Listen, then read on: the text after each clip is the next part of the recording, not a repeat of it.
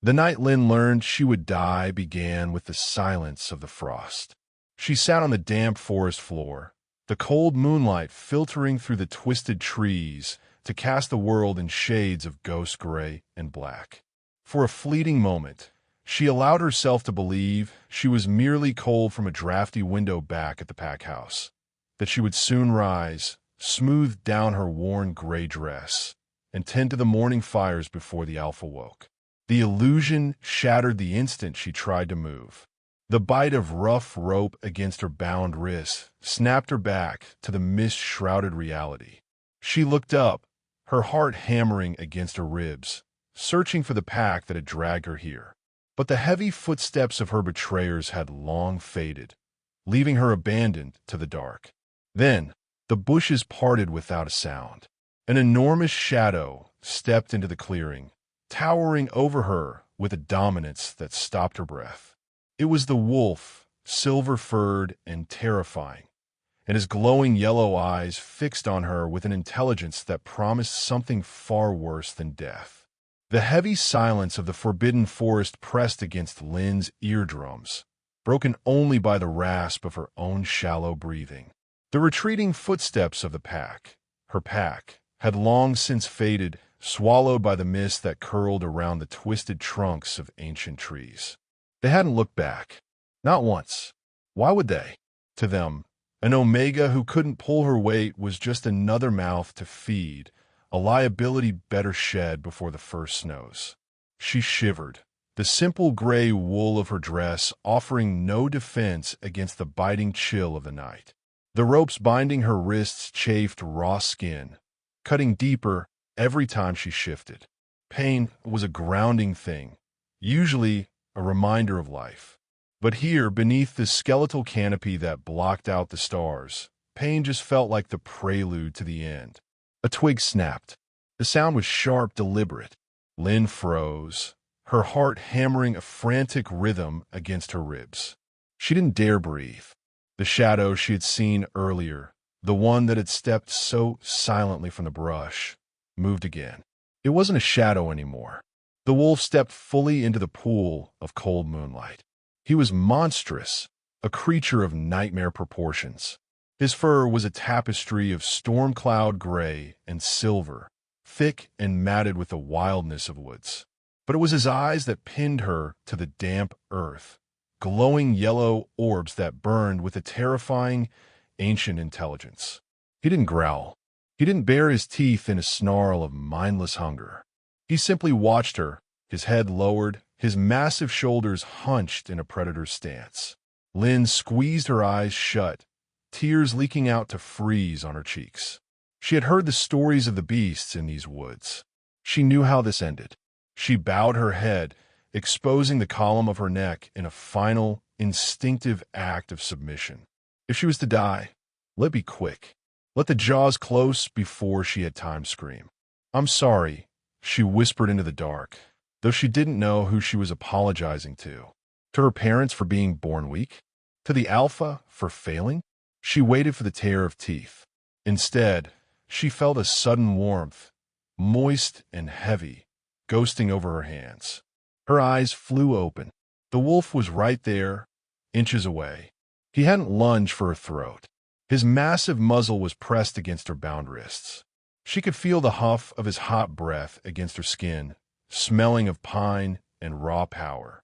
He sniffed deeply, the wet nose nudging the coarse ropes that held her captive. He wasn't tasting her. He was inspecting her chains. Lynn flinched as the massive jaws parted, the gleam of white fangs flashing in the moonlight like jagged shards of ice. She squeezed her eyes shut again, her entire body seizing as she braced for the crunch of bone. But the pain didn't come. Instead, she felt the rough scrape of enamel against the binding, a persistent, sawing pressure that tugged at her arms. He wasn't biting her. He was biting the rope. The realization paralyzed her. A wild animal didn't understand knots or captivity. A wild animal understood meat and hunger. Yet, the wolf worked with focused determination, the muscles in his jaw bunching and releasing. His hot breath huffed over her chilled skin, creating a small cloud of warmth in the freezing air, until, with a sharp snap, the tension broke. Her hands fell apart, useless and heavy in her lap. She stared at them, the circulation returning in a painful rush of pins and needles that made her gasp. Rubbing her raw wrists, she looked up, expecting the creature to lunge now that the sport was over. He didn't lunge.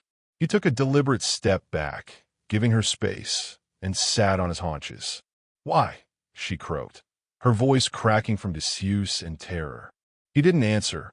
He couldn't, but his ear twitched toward the darkness beyond the clearing.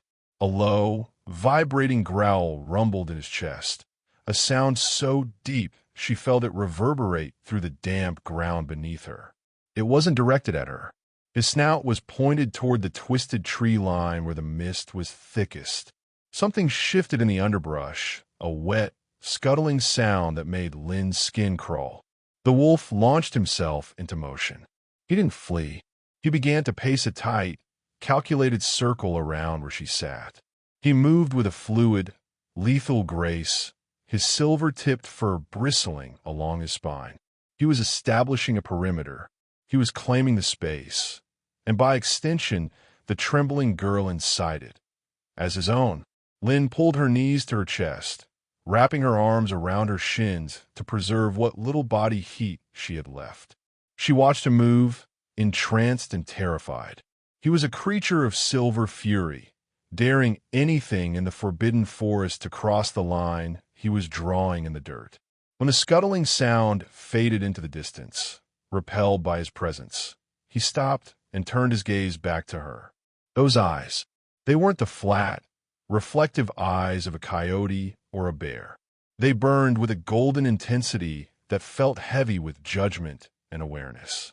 There was a calculation in them, a dominance that felt distinctly, impossibly regal. He looked at her not as prey, nor as a curiosity, but with the assessing stare of a commander surveying a battlefield. A shiver that had nothing to do with the cold raced down her spine. He wasn't just a wolf. The thought took root in her mind, wild and irrational. No natural beast possessed that depth of focus. He was a guardian, standing between the discarded Omega and the death she had been promised, and behind that golden gaze, a man's mind seemed to be screaming to be heard. The cold had become a physical weight, pressing down on Lynn until her limbs felt like lead. She couldn't stay in the open clearing.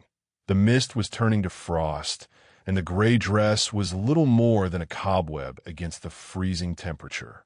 The wolf seemed to understand this. He nudged her thigh with his wet nose, a firm, insistent pressure that brooked no argument. "Move," she whispered, her teeth chattering. He chuffed, a soft sound in his throat, and turned, looking back to ensure she was following. Lynn struggled to her feet, her legs trembling. She followed the massive silver beast into the tree line, trusting him only because the alternative was freezing to death alone. He led her through a labyrinth of briars and ancient roots, moving with a certainty that suggested he knew every stone and shadow of this cursed place. They climbed a steep, rocky ridge until the trees broke away to reveal a shallow cave mouth, hidden beneath the overhang of a granite cliff. Inside, the air was still and dry. It smelled of earth and musk, but it was warmer than the exposed forest floor. Lynn collapsed against the stone wall, pulling her knees to her chest, exhaustion finally overtaking terror. The wolf didn't leave. He padded to the entrance, checked the wind, and then returned to her side. To her shock, he didn't keep his distance. He lowered his massive frame to the ground just inches from her, his body acting as a living wall of heat. The sheer size of him was overwhelming. Lying down, his shoulder was nearly level with her head. Tentatively, driven by the desperate need for warmth, Lynn reached out. Her hand hovered over his thick, silver-toned fur before finally settling on his neck. He stiffened slightly, but didn't pull away. His fur was coarse and thick, hiding the heat of the body beneath. As her fingers curled into the ruff of fur at his throat, Her nails scraped against something hard and cold. It wasn't bone. It was metal. Frowning, Lynn leaned closer, the dim moonlight filtering into the cave just enough to see. She used her fingers to gently part the thick, matted fur around his neck. Buried deep, cutting into the skin where the fur had tried to grow over it, was a band of tarnished, heavy iron. It was jagged at the edges, as if it had been snapped by brute force, but a fragment remained locked around him. Her breath caught. It looked like a shackle. She traced the metal, her thumb brushing over a faint engraving almost worn away by time and grit. It wasn't just a shackle, it was a collar. And there, etched into the iron, was a symbol she had seen only in the oldest tapestries in the pack house hall. A crown intertwined with a wolf's paw. The royal sigil. The stories rushed back to her. Legends whispered by elders around the fire about Mickey Jones, the Alpha King who hadn't just died, but vanished. They said he had been betrayed, taken by shadows. They said he wore the iron collar of the first Alphas as a sign of his burden. She looked up, her gaze colliding with his. The glowing yellow eyes watched her, filled with a profound, weary sadness. He wasn't a monster. He was a prisoner. Mickey, she breathed, the name feeling forbidden on her tongue. The wolf let out a long, shuddering exhale and rested his heavy head on her lap. The weight of it confirmed what her mind could barely accept. The beast protecting her wasn't just an animal. He was the king. Days bled into nights in the shadow of the granite cliff, time measured not by the sun, which rarely pierced the forest canopy, but by the rhythm of their shared survival. Mickey was a tireless sentinel. When Lynn slept, curled into a shivering ball on the dry stone floor, he sat at the cave entrance, his massive silhouette blocking the wind and the terrors that lurked in the mist. When she woke, there was often food left near her feet, a hare or a pheasant, killed with efficient precision, while he paced the perimeter, ensuring no other predators encroached on the sanctuary he had claimed. She ate because she had to, her strength returning in slow, painful increments. But it was in the quiet moments between the struggle for warmth and food that the true shift occurred. Lynn sat cross-legged on the cold stone, a strip of fabric torn from the hem of her gray dress in her hand. She had dampened it with melted snow. "Come here," she murmured softly. In the beginning, such a command would have been ludicrous. An Omega commanding an Alpha, a girl commanding a beast. But Mickey turned from his post immediately. He padded toward her, the click of his claws on the stone echoing in the small space, and lowered his heavy head to her lap with a huff of surrender. She worked gently, dabbing at the raw, irritated skin where the iron collar dug into his flesh. The metal was cold and unyielding, a cruel ring of jagged iron that had no clasp, no keyhole. It had been forged shut. Every time she touched the inflamed skin, a tremor rippled through his massive frame, but he never pulled away. He trusted her hands, even when they shook. "It hurts," she whispered, not asking question. His ears flattened, and he let out a low, mournful whine that sounded too human to bear. He lifted his head, and for a moment, the distance between species vanished entirely. In those glowing yellow eyes, Lynn didn't see an animal. She saw a man screaming behind a wall of silence. She saw frustration, rage, and a profound, crushing loneliness that mirrored her own. He nudged her hand with his wet nose, then pressed his forehead against hers. The contact sent a jolt through her chest, a connection so sudden and fierce it made her gasp. It wasn't spoken language, but it was clarity. She felt his protectiveness, his gratitude, and beneath it all, a rigid, burning sense of duty. He wasn't lost. He was trapped. Lynn pulled back slightly to look at the collar again, her mind racing. An Alpha King didn't just wander into the forbidden forest and forget how to turn back. He didn't shackle himself with iron that burned his skin. Magic bound him to this form, and iron bound him to this silence. The realization hit her with the force of a physical blow. The pack elder spoke of Mickey Jones as a tragedy, a king who had abandoned them. But looking at the jagged metal fused around his neck, Lynn knew the truth. "They didn't just lose you," she said, her voice trembling with a sudden, hot anger. "They did this to you." Mickey's lip curled, a low rumble vibrating in his chest, confirmation. The same cruelty that had declared Lynn worthless, that had bound her wrists and thrown her into the dark to die, had forged this collar. The current alpha, the one who sat on Mickey's throne, hadn't inherited the crown. He had stolen it. They were both victims of the same betrayal, discarding the weak and imprisoning the strong to keep their power secure. "You're not just a wolf," she vowed, her hand buried deep in his silver fur.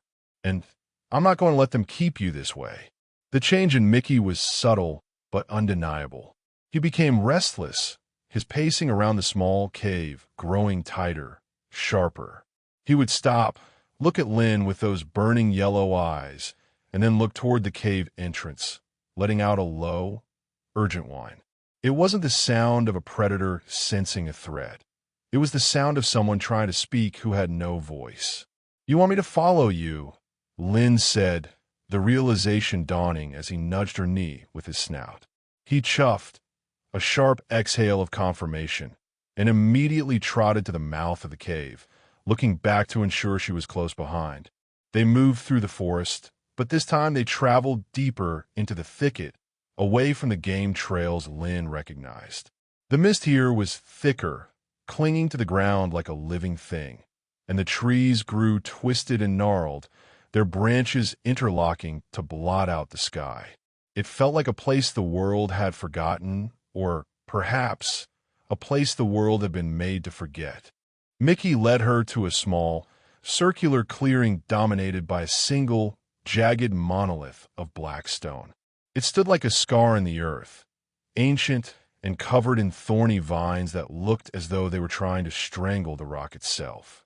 The air here was heavy, vibrating with a low hum that made Lynn's teeth ache.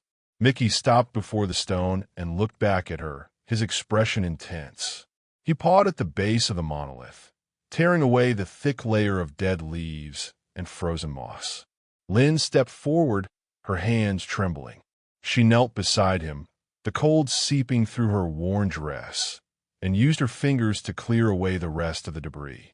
Beneath the grime, carved deep into the black stone, were markings. They weren't just scratches, they were runes, old and jagged, written in a dialect of the wolf tongue that hadn't been spoken in the pack for generations. But as an Omega, tasked with cleaning the archives and dusting the old scrolls the warriors ignored, Lynn had seen these shapes before. She traced the grooves with a shaking finger. The stone felt warm to the touch, pulsing with a faint, sickly heat. Bound by traitor's blood, she whispered, translating the archaic symbols slowly. Caged in iron, until the heart sees what the eyes deny. She paused, her breath hitching. The next line was gouged deeper, as if the person, or creature, who carved it wanted to ensure it could never be erased. The curse breaks only when the mate accepts the beast. Lynn sat back on her heels, the silence of the forest rushing in to fill the space left by her voice. She looked from a stone to the massive wolf standing beside her. The prophecy, the curse, wasn't a riddle. It was a lock, and the key was terrifyingly specific. It didn't demand a warrior to slay a monster. It didn't demand a counterspell from a witch. It demanded acceptance. "A mate," she breathed, the word hanging in the misty air. Mickey watched her, his body tense, his ears flattened against his skull. He looked ashamed. He looked like he expected her to run. The curse required a mate to look at this monstrous, lethal form, this beast that could crush bones with a single bite, and see the man worthy of love beneath it. Lynn looked at the iron collar buried in his fur, then up into those glowing, human eyes. The pack had thrown her away because she was weak. They had cursed him because he was strong. They were two halves of the same broken whole. They thought it was impossible, she realized aloud, her voice gaining a sudden, fierce strength. They thought no one would ever love a monster. She reached out, placing her hand flat against the side of his massive face. He leaned in her touch, his eyes closing as a shudder went through him. They were wrong. The tender silence that had settled over the clearing shattered like glass. Mickey's head snapped up, his ears swiveling toward the south. The gentle weight of his leaning body vanished instantly, replaced by a rigid wall of muscle and tension. A low, vibrating growl started deep in his chest, a sound so primal it made the very air around them seem to tremble. "Mickey," Lynn whispered, her hand falling from his fur. He didn't look at her. His lips peeled back to reveal teeth stained with the memory of survival. His gaze locked on the dense curtain of mist they had just traveled through. He barked, a sharp, guttural sound that was clearly a command. "Move!" Lynn scrambled backward, her heart leaping into her throat. She smelled it now, too. Carrying on the shifting wind was a scent that made her stomach turn. Damp wool, stale tobacco, and the metallic tang of polished steel. It was the scent of the pack. They hadn't just abandoned her. They had come back to make sure the job was finished. Shadows detached themselves from the tree line. 3 of them. They were wolves, but they lacked the regal terror of the king. They were lean, scarred, and moving with the coordinated malice of a hunting party. Lynn recognized the russet fur of the lead scout, Kalen, a man who had laughed when her father dragged her out of the house. Kalen saw her. He stopped, his hackles rising, a low chuff of surprise escaping his throat. He hadn't expected to find the weak little Omega standing. He certainly hadn't expected to find her protected. Mickey didn't wait for them to encircle her. With a roar that shook the remaining leaves from the trees, the Alpha King launched himself forward. He was a blur of silver violence, colliding with Kalen in midair. The impact was sickening, the sound of snapping bone echoing through the clearing. Mickey was larger, stronger, and fueled by years of rage, but he was 1 against 3. The other 2 scouts flanked him immediately, snapping at his hamstrings, trying to drag the giant down. "Behind you!" Lynn screamed, stepping forward instinctively to help. Mickey whipped his head around, snapping his jaws at the flankers, but his eyes locked on Lynn with frantic desperation.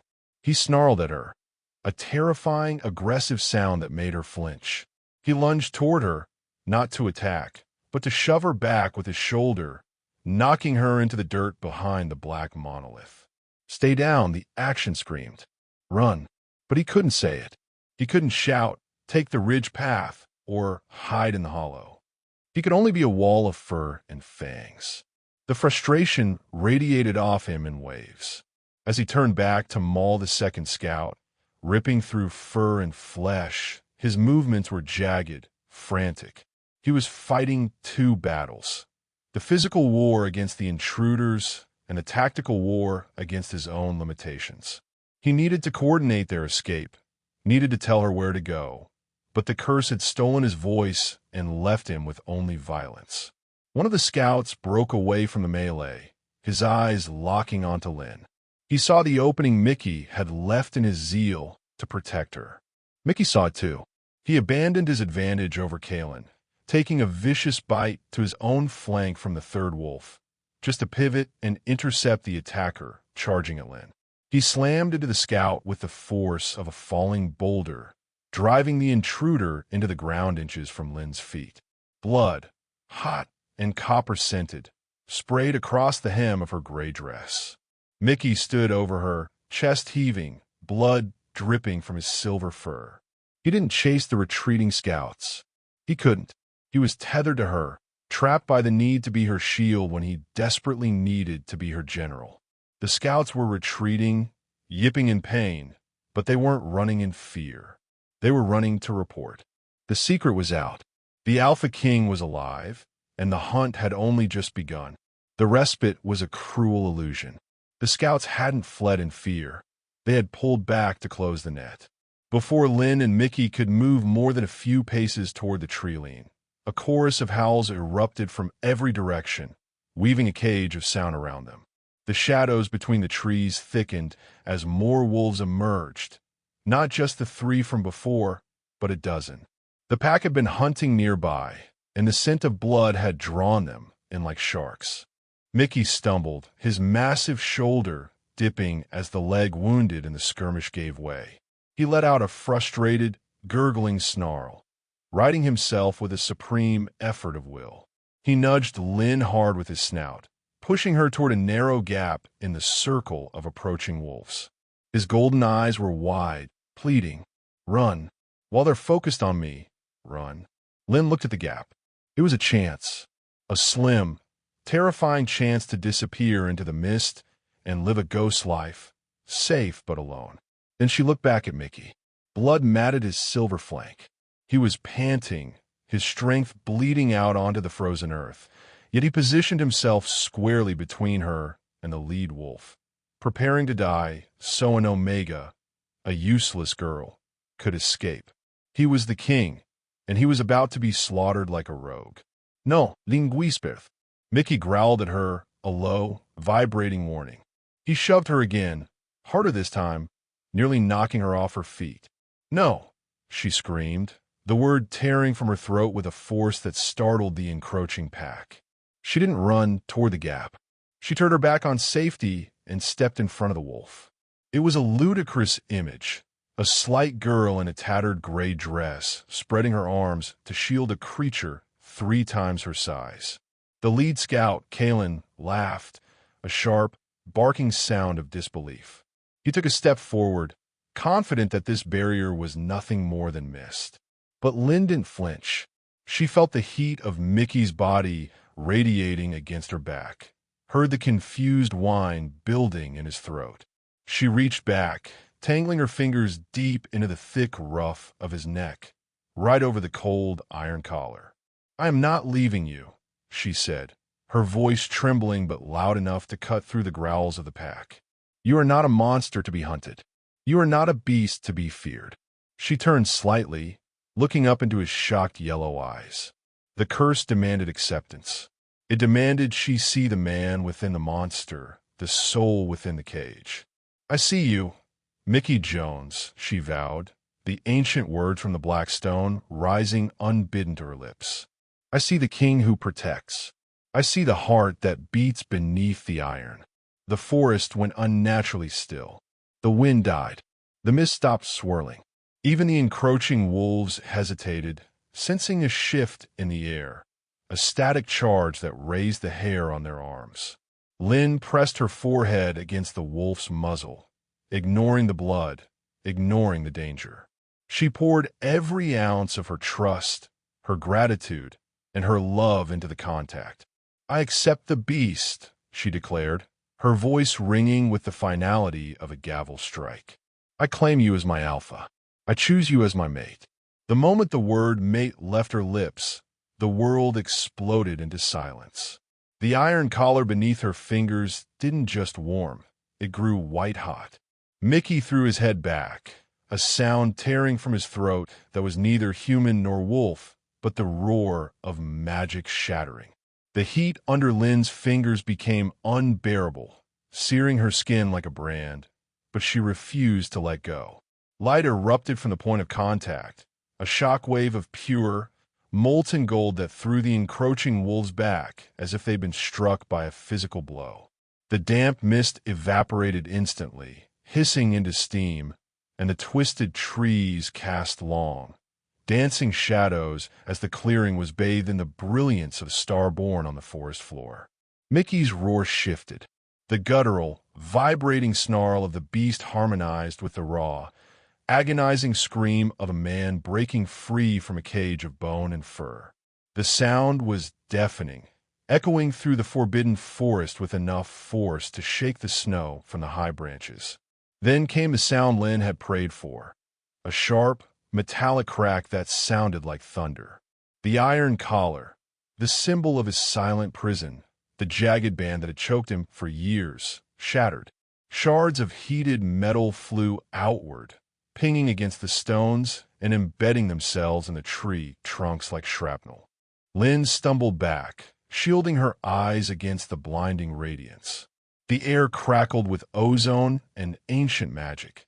the hair on her arms standing on end. The massive silhouette of the wolf seemed to dissolve, not melting away, but rearranging itself, the silver fur receding into skin, the paws reshaping into hands, the snout pulling back into the hard planes of a human face. It was a violent, beautiful reclamation of self. When the light finally dimmed, settling into a soft, pulsing glow that seemed to radiate from the man himself, the silence that followed was heavier than the grave. The wolf was gone.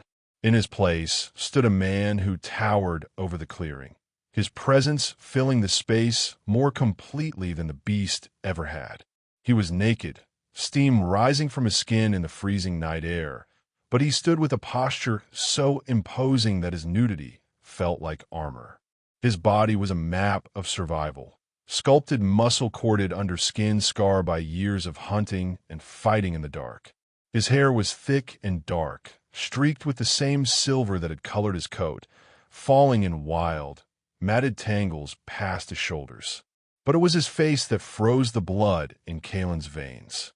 It was a face of hard angles and harder lines, a visage carved from granite and rage.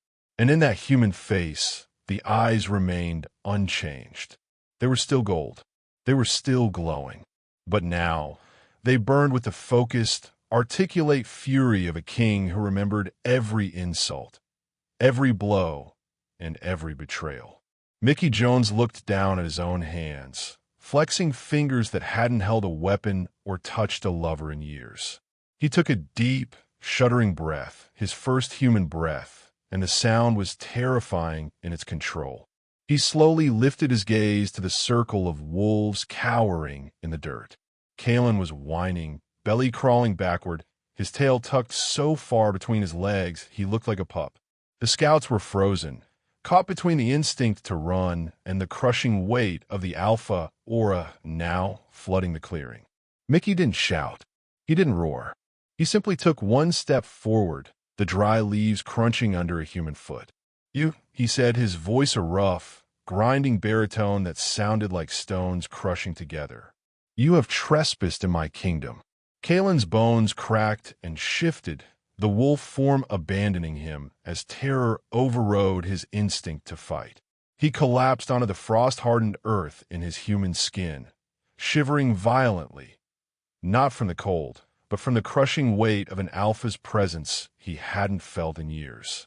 Around him, the other scouts followed suit, forcing themselves into human forms to bow, pressing their foreheads into the dirt in a display of desperate submission. Mickey stopped inches from Kalen. He didn't strike the man. He didn't need to. The air around him vibrated with raw power, a physical pressure that made it difficult to breathe. "Look at me," Mickey commanded. The voice was low, but it carried the absolute authority of a gavel strike. Kalen raised his head, his eyes wide and watery with fear. "My king, we didn't know. The Alpha, Desmond, he told us you were dead. He said the beast was a demon." "Lies," Mickey spat. The word hit Kalen like a physical blow. "Desmond poisoned my cup. Desmond forged the iron collar. And you, Kalen? You stood guard at the door while he did it. Do not insult my memory with your ignorance." A whimper escaped the scout's throat. The truth, buried for a decade under layers of propaganda and fear, was out. The monster of the forbidden forest wasn't a demon to be hunted. He was the rightful ruler they had left to rot. Mickey swept his burning gaze over the shivering group. "Go back," he said, the dismissal sharper than a blade. "Run back to your usurper. Tell Desmond that his curse is broken. Tell him that the winter is over and the true king is coming for his throne." "Yes, my lord," Kalen gasped, scrambling backward on his hands and knees, too terrified to stand. "We will tell him. We will." "And tell him," Mickey interrupted, his voice dropping to a dangerous rumble, "that he made one fatal mistake." He turned, the fury in his face softening instantly as his gaze landed on Lynn. She stood near the shattered remains of the monolith, still trembling in her torn gray dress, her hair wild and her face streaked with dirt. She looked small against the backdrop of the ancient forest, but in Mickey's eyes, she was towering. He walked to her, ignoring the cowering warriors. With a gentleness that belied the violence of the last hour, he reached out and took her hand. It was cold, but his touch was a furnace. He pulled her forward, not behind him for protection, but beside him for power. He discarded the one person strong enough to save me, Mickey announced, looking back at the scouts with a fierce pride. You threw her into the dark to die because you thought she was weak, because she was an Omega. He lifted Lynn's hand, pressing a kiss to her knuckles, a public, undeniable claim that sent a shockwave through the watching wolves. Look at her, Mickey roared, his voice echoing through the trees.